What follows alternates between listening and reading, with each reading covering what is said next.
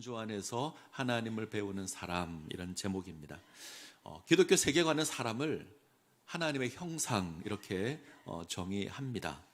하나님의 형상은 우리가 지금까지 확인해 왔던 것처럼 하나님 당신 스스로가 지니는 친밀한 관계를 하나님의 형상이라고 합니다.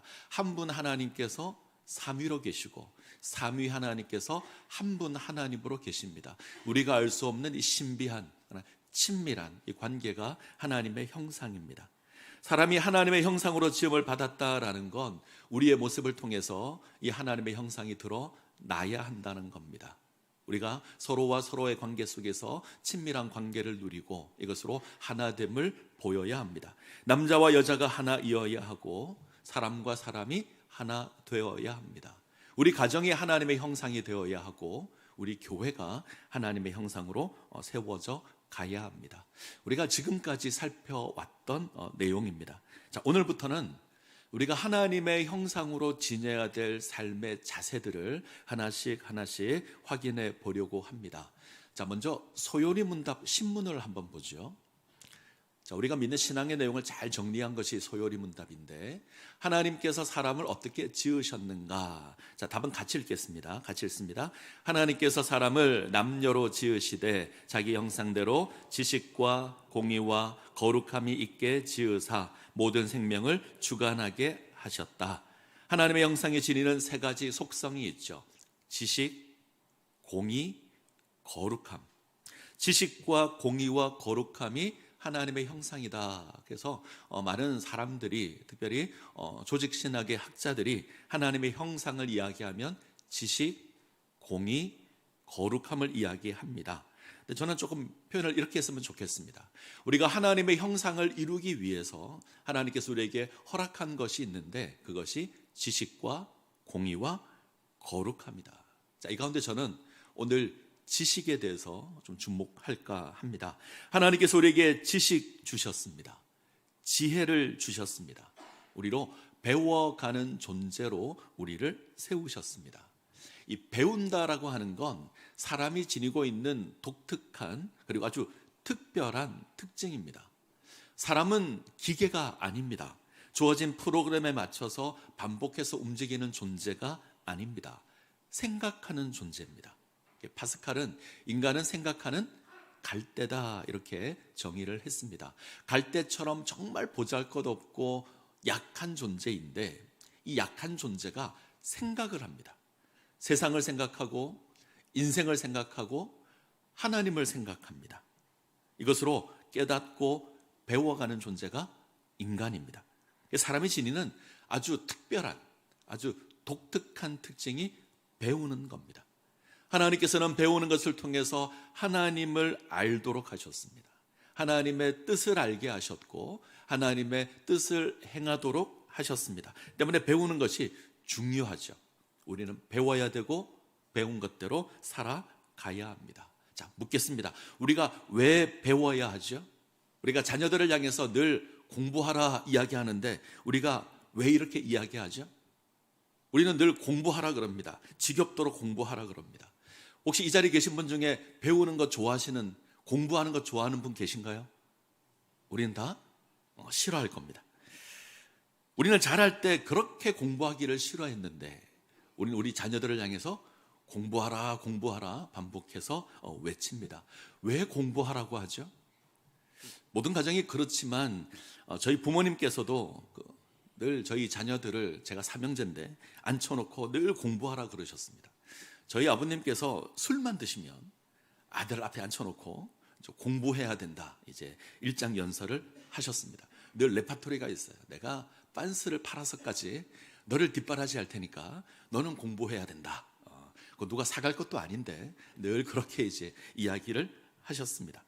그렇게 해서라도 공부를 시켜야 한다라는 열정이 저희 부모님들에게 있었습니다. 저희 아버지께서는 목수셨습니다. 인테리어를 하는 고급 기술을 가진 목수가 아니라 그 건설 현장에서 일하시는 좀 막노동에 가까운 일을 하시는 목수셨고요. 어머니께서는 재래시장에서 생선을 파셨습니다. 자, 두 분이 공부하라고 말씀하시는 이유는 분명합니다. 당신들이 못 배워서, 우리가 배운 것이 없어서 이런 일을 한다. 너는 안 그랬으면 좋겠다. 너는 공부 열심히 해서 성공했으면 좋겠고 편안한 삶을 살았으면 좋겠다. 저희 부모님이 가진 소원이었습니다. 우리도 동일하게 생각할 겁니다. 공부를 해야 좀 더 나은 삶을 살 수 있고, 공부를 해야 성공할 수 있고, 공부를 해야 다른 사람과 겨뤄서 이길 수 있다. 그래서 억지로 공부를 시킵니다. 제가 청소년기를 지날 때 유명한 영화가 하나 있었습니다. 책도 있고요. 행복은 성적순이 아니잖아요. 다 보신 기억이 있으시죠? 당시는 성적 제일주의 이런 문화가 되게 강했습니다. 공부하지 않으면 큰일 난다라는 문화가 있었는데 이것에 조금 이제 반기를 드는 그런 영화였습니다. 영화는 공부가 인생의 전부가 아니다 이야기를 합니다. 이 영화가 한참 유행할 때 저희 방 담임 선생님께서 그러시더라고요. 그래, 행복은 성적순이 아니야. 그런데 성적일 가망이 많아.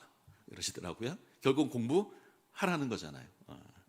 사실 그게 현실일 겁니다. 공부를 잘해야 좋은 대학에 가고 좋은 대학을 가야 좋은 직장을 구할 수 있습니다. 그래야 행복한 삶을 살 수 있다. 우리가 가지고 있는 인생의 공식입니다. 그래서 억지로라도 공부를 시키려고 합니다. 뭔가 이 땅에서 더 많은 것을 누리기 위해서, 좋은 직장 구하기 위해서, 더 많은 연봉 받기 위해서, 더 많은 경쟁력을 얻기 위해서 우리는 배워야 한다. 이렇게 이야기합니다. 이처럼 우리에게 유익이 되는 공부인데 그러면 이게 즐거워야 되고 기뻐야 되는데 공부하는 걸 좋아하는 사람은 거의 없습니다. 아주 드물게 이상한 사람들이 있긴 한데 대부분 공부하는 걸 좋아하지 않습니다. 저희 집 사모가 초등학교 입학을 했습니다. 이제 한 달 조금 넘었어요. 학교를 너무 좋아합니다. 신기할 정도로 좋아합니다. 평상시에 깨우면 안 일어납니다. 그런데 학교 가야지 그러면 벌떡 일어납니다. 그래서 준비를 합니다. 학교를 너무 좋아합니다. 가끔 몸이 아프거나 감기 기운이 있으면 스스로 체온계를 가져다가 귀에다 놓고 재요. 그래 놓고 자기가 보며 걱정을 합니다. 내일 학교를 가야 되는데 내가 아파서 학교를 못 가면 어떡하나 이 고민으로 이제 삽니다. 제가 살면서 이런 아이를 처음 봤습니다. 이 막내가 사모가 이제 열을 재고 있으면 2호도 쫓아와서 열을 잽니다. 이 친구는 왜 재냐면 열이 나서 학교를 안 가려고 재는 겁니다. 열이 높게 나오는 게 아니라 정상으로 나오면 열이 안 난다고 속상해합니다. 이게 저희 2호인데 저희 집에 사모 같은 애가 없습니다. 물론 이 마음이 오래 가지 않을 거예요. 제가 잘 압니다. 얼마 지나지 않으면 학교 가는 걸 힘들어하게 될 거고 방학을 더 좋아하게 될 거고 그렇게 될 겁니다. 조금만 지나면 공부하는 것이 괴롭다는 걸 알 겁니다. 그런데 원래는 그죠? 원래는 배우는 것이 즐거운 겁니다. 그게 정상입니다. 무엇을 알아간다는 건 즐거운 것입니다. 몰랐던 것을 아는 거잖아요.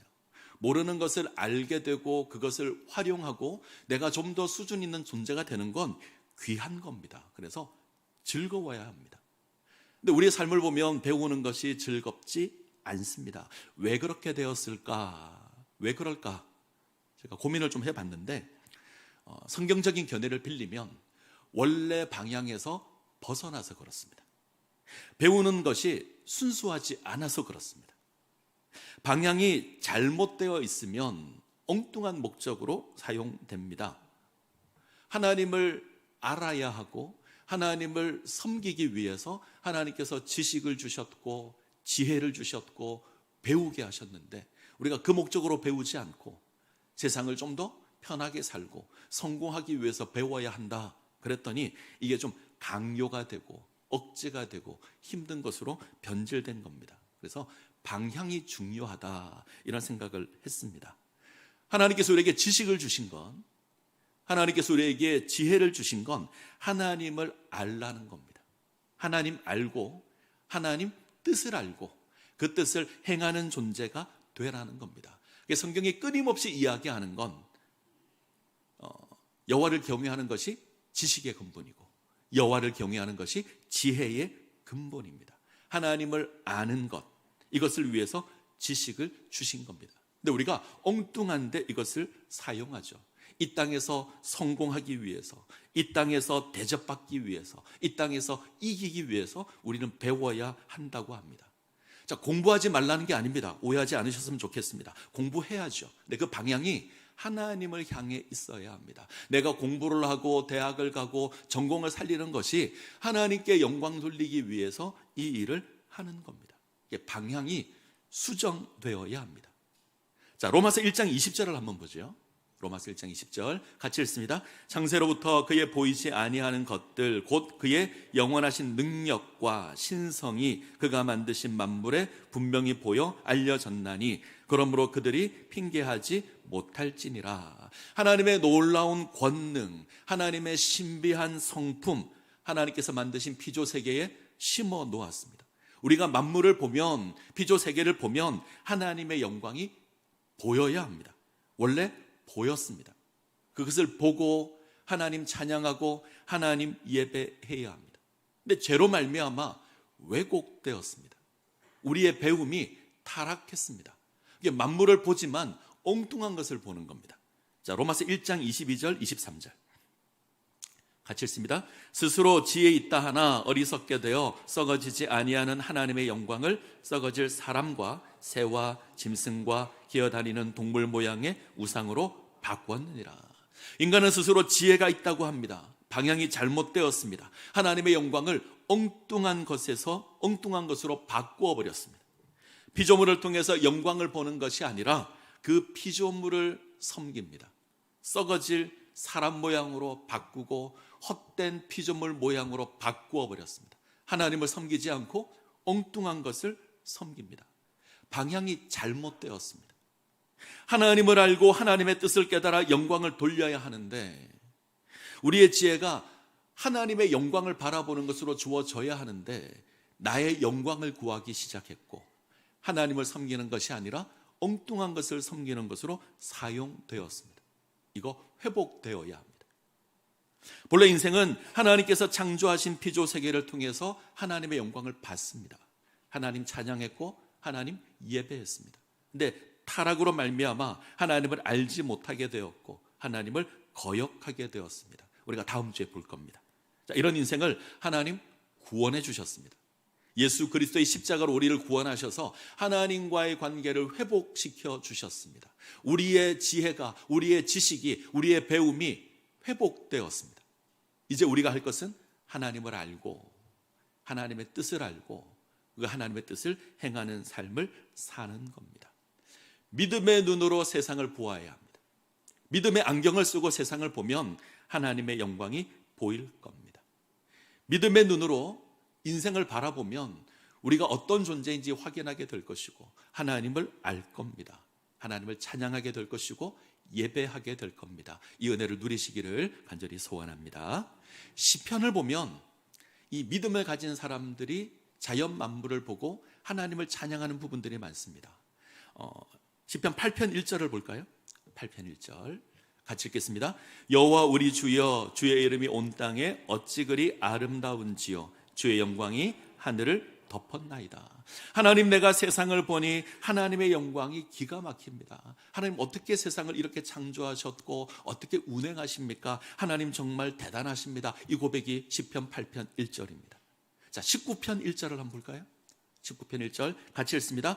하늘이 하나님의 영광을 선포하고 궁창이 그 손으로 하신 일을 나타내는도다. 하늘을 바라보니 하나님의 영광이 드러납니다. 궁창을 보니 하나님께서 손으로 행하신 놀라운 일들이 확인됩니다. 이때 하늘은 거울입니다. 이 땅에서 주어진 그 자연 만물을 통해서 하나님의 영광이 드러난 것을 하늘이 그대로 비추고 있는 겁니다. 자, 시인이 하늘을 보고 이것을 압니다. 시인이 궁창을 보고 하나님의 놀라운 역사를 봅니다. 멋지잖아요. 하늘을 봅니다. 아침에 떠오르는 일출의 멋진 모습을 보고 저녁의 아름다운 노을을 봅니다. 하나님을 모르는 사람도 보고 하나님을 아는 하나님의 자녀도 봅니다. 똑같이 보고 똑같이 우와 그럴 겁니다. 근데 하나님을 모르는 사람은 그것이 끝입니다.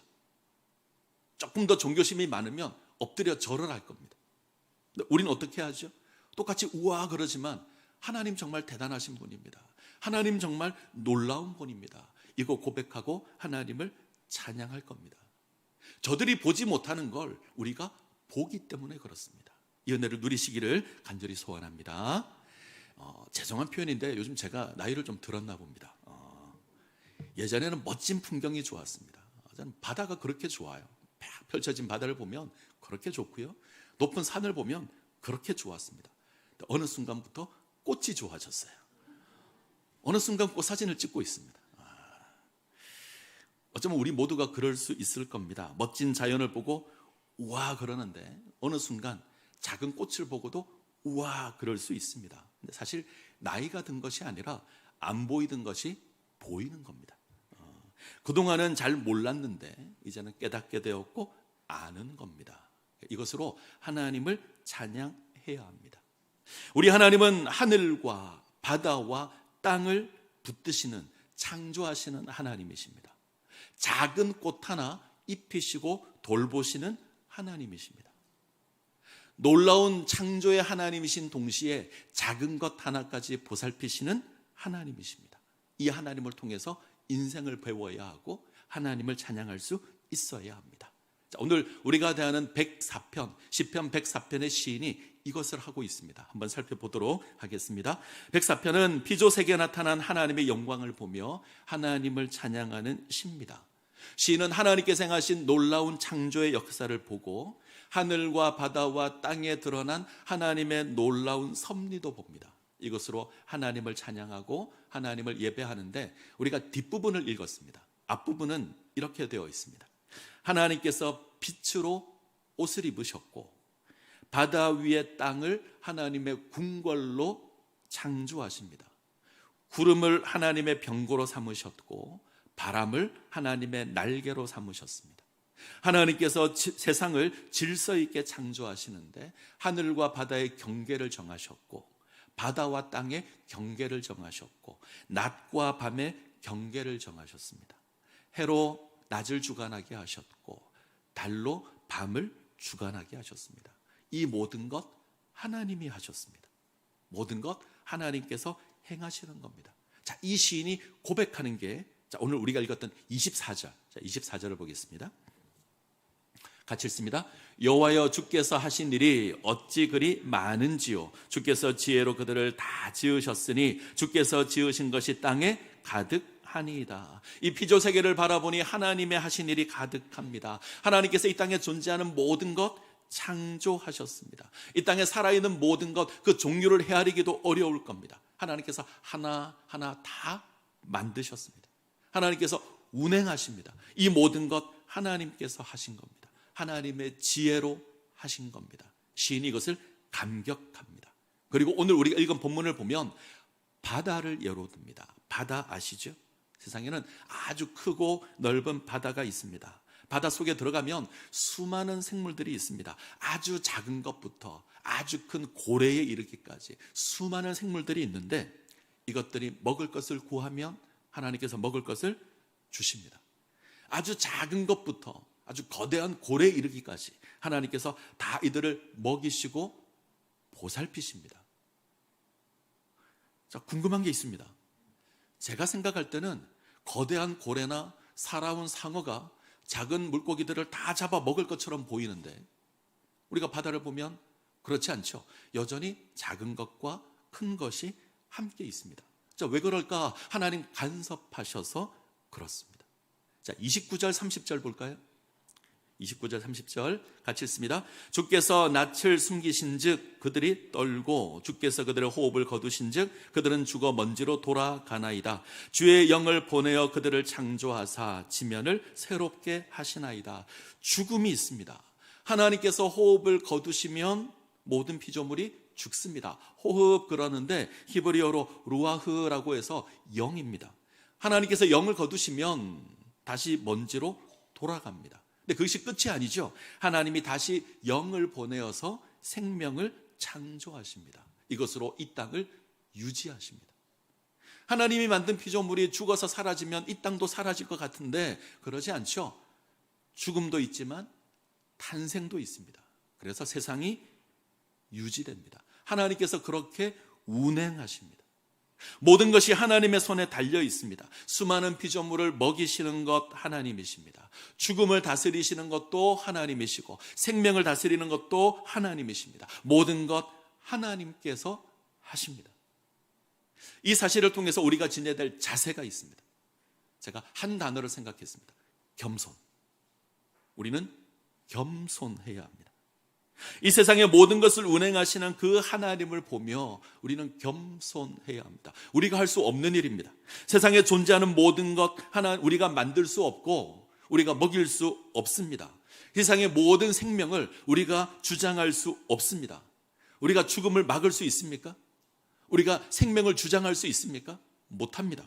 하나님께서 하시는 겁니다. 하나님께서 이 세상을, 하나님께서 창조하신 이 세상을 보면서 우리가 그것을 깨닫습니다. 압니다. 이것으로 시인이 하나님을 찬양하는 것이 104편입니다. 자, 이 겸손을 깨달은 시인이 이야기하는 세 가지 자세가 있습니다. 이 세 가지 자세를 오늘 함께 나누려고 합니다. 자, 첫 번째, 하나님을 노래해야 되며 하나님을 찬양해야 합니다. 자, 33절. 내가 평생토록 여호와께 노래하며 내가 살아있는 동안 내 하나님을 찬양하리로다. 시인은 하나님을 찬양합니다. 천지 만물을 바라보며 창조하신 하나님을 봅니다. 세상의 이치를 보고 세상을 운행하시고 세상을 보존하시는 하나님을 봅니다. 이 하나님의 놀라운 역사를 깨달은 시인이 하나님을 찬양하고 하나님을 예배합니다. 이것이 우리의 본분입니다. 이사야 43장 21절을 보시면 이 백성은 내가 나를 위하여 지었나니 나를 찬송하게 하려 함이니라. 하나님께서 우리를 창조하신 것, 우리로 하여금 하나님을 찬양하기 위해서 하셨습니다. 우리가 지혜로, 지식으로 이 세상 만물을 통해서 하나님을 알고 하나님의 뜻을 알고 하나님을 깨달으면 우리는 하나님을 찬양하게 될 겁니다. 하나님을 예배하게 될 겁니다. 이 은혜를 누리시기를 간절히 소원합니다. 자, 두 번째, 하나님을 즐거워해야 합니다. 자, 34절을 보죠. 34절. 나의 기도를 기쁘게 여기시기를 바라나니 나는 여호와로 말미암아 즐거워하리로다. 시인이 하나님의 영광을 보고 하나님으로 말미암아 즐거워합니다. 하나님으로 즐겁게 하는 게 아니라 하나님을 즐거워합니다. 하나님의 창조를 봅니다. 하나님의 운행하시는 질서를 봅니다. 지금 시인은 창조, 피조물에 초점이 맞춰져 있지 않습니다. 그것을 창조하신 하나님 바라보고 있고 운행하시는 하나님 바라보고 있습니다. 그리고 그 하나님을 즐거워합니다. 하늘을 보고 즐거워하는 것이 아니라, 이 땅의 풍성한 먹거리를 보고 즐거워하는 것이 아니라 그것을 창조하시고 허락하시는 하나님을 즐거워합니다. 제가 생각을 좀 했습니다. 하나님을 즐거워하는 삶이 어떤 걸까? 내린 결론은 하나님께서 주신 사명을 기쁘게 감당하는 겁니다. 하나님의 사역을 즐거움으로 감당하는 겁니다. 사명은 억지로 감당할 수 없습니다. 억지로 하는 게 아니라 기쁨과 즐거움으로 해야 합니다. 사역을 억지로 하면 포기할 겁니다. 끝까지 못할 겁니다. 그러나 기쁨으로 하면, 즐거움으로 하면 중간에 힘든 일이 있고 어려운 일이 있다고 할지라도 참고 견딜 수 있습니다. 우리가 드리는 예배는 의무가 아니라 기쁨이어야 합니다. 우리의 섬김은 부담이 아니라 특권이어야 하고 우리의 순종은 희생이 아니라 즐거움이 되어야 합니다. 물론 우리가 사명을 감당할 때 예상하지 못한 일이 주어질 수 있고 기대와 다른 어려움이 주어질 수 있습니다. 그러나 모든 것을 주장하시는 분이 하나님이십니다. 하나님께서 다스리시고 생명도 죽음도 하나님께서 주장하십니다. 그러면 우리가 즐거움으로 감당할 수 있습니다.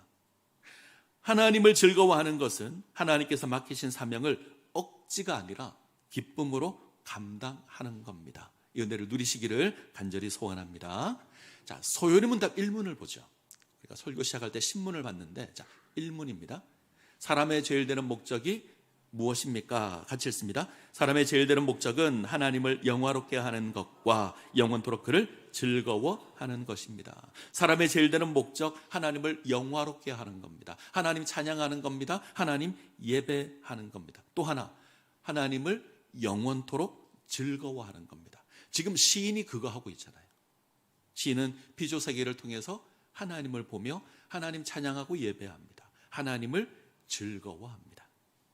자, 그리고 한 가지 교훈이 더 있습니다. 자, 33절, 34절. 자, 같이 읽겠습니다. 내가 평생토록 여호와께 노래하며 내가 살아있는 동안 내 하나님을 찬양하리로다. 나의 기도를 기쁘게 여기시기를 바라나니 나는 여호와로 말미암아 즐거워하리로다. 시인은 하나님의 창조와 섭리를 깨닫고 하나님 찬양합니다. 하나님을 즐거워합니다. 이 사이에 하나가 더 있습니다. 뭐가 있죠? 뭐가 있습니까? 기도. 시인은 기도합니다. 하나님께서 세상의 모든 것 창조하시고 운행하심을 압니다. 세상에 존재하는 모든 것의 생명과 죽음을 주장하시는 것이 하나님이라는 것을 압니다. 그래서 하나님을 의지합니다. 이 하나님을 의지하는 표현이 기도입니다. 하나님께 기도합니다. 무엇을 기도할까요? 자, 마지막 구절의 기도의 내용이 나옵니다. 35절 같이 읽습니다.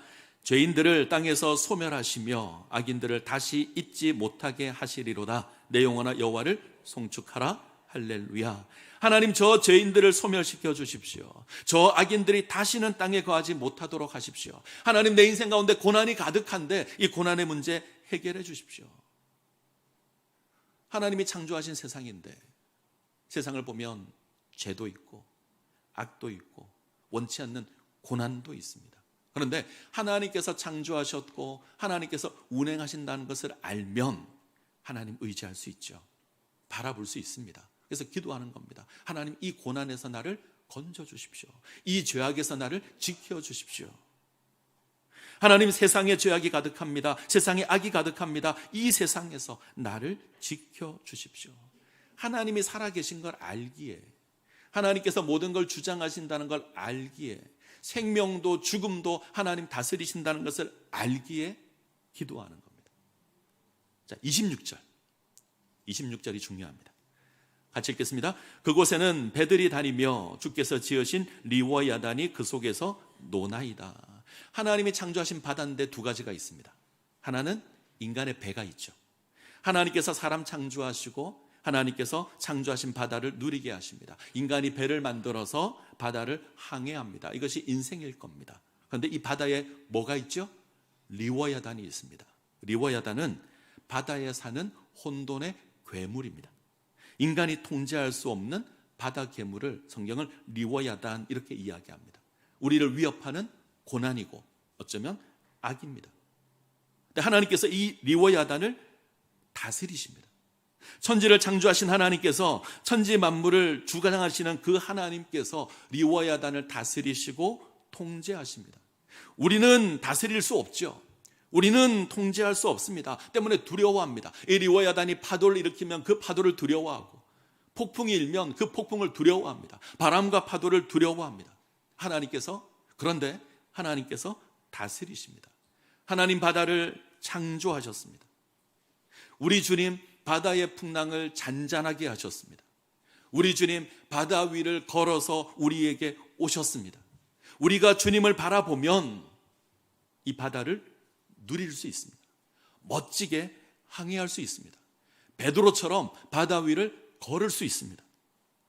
리워야단을 보시면 안 됩니다. 바람과 파도를 보고 그것을 두려워하시면 안 됩니다. 그러면 바다에 빠질 겁니다. 우리는 주님을 바라봐야 합니다. 하나님 바라보아야 합니다. 예수님 바라보아야 합니다. 그러면 바다를 누릴 겁니다. 하나님 바라보는 것, 예수님 바라보는 것, 기도입니다. 기도하셔야 합니다. 말씀 뵙겠습니다. 우리가 자연 만물을 통하여 하나님을 배울 수 있습니다. 하나님께서 모든 것 창조하시고 세상을 운행하신다는 것 배울 수 있습니다. 그 하나님께서 나의 인생도 주장하신다는 것 우리가 배울 수 있습니다. 그럼 우리가 어떤 삶을 살아야 되죠? 하나님 찬양해야 합니다. 하나님 예배하는 겁니다. 하나님 즐거워해야 합니다. 기쁨으로 하나님 주신 사명 감당하는 겁니다. 하나님 의지해야 합니다. 기도함으로 하나님 바라보아야 합니다. 그러면 우리가 하나님을 섬기며 예배하며 하나님께서 세우시는 복된 인생을 누리게 될 겁니다. 은혜를 누리시기를 간절히 소원합니다.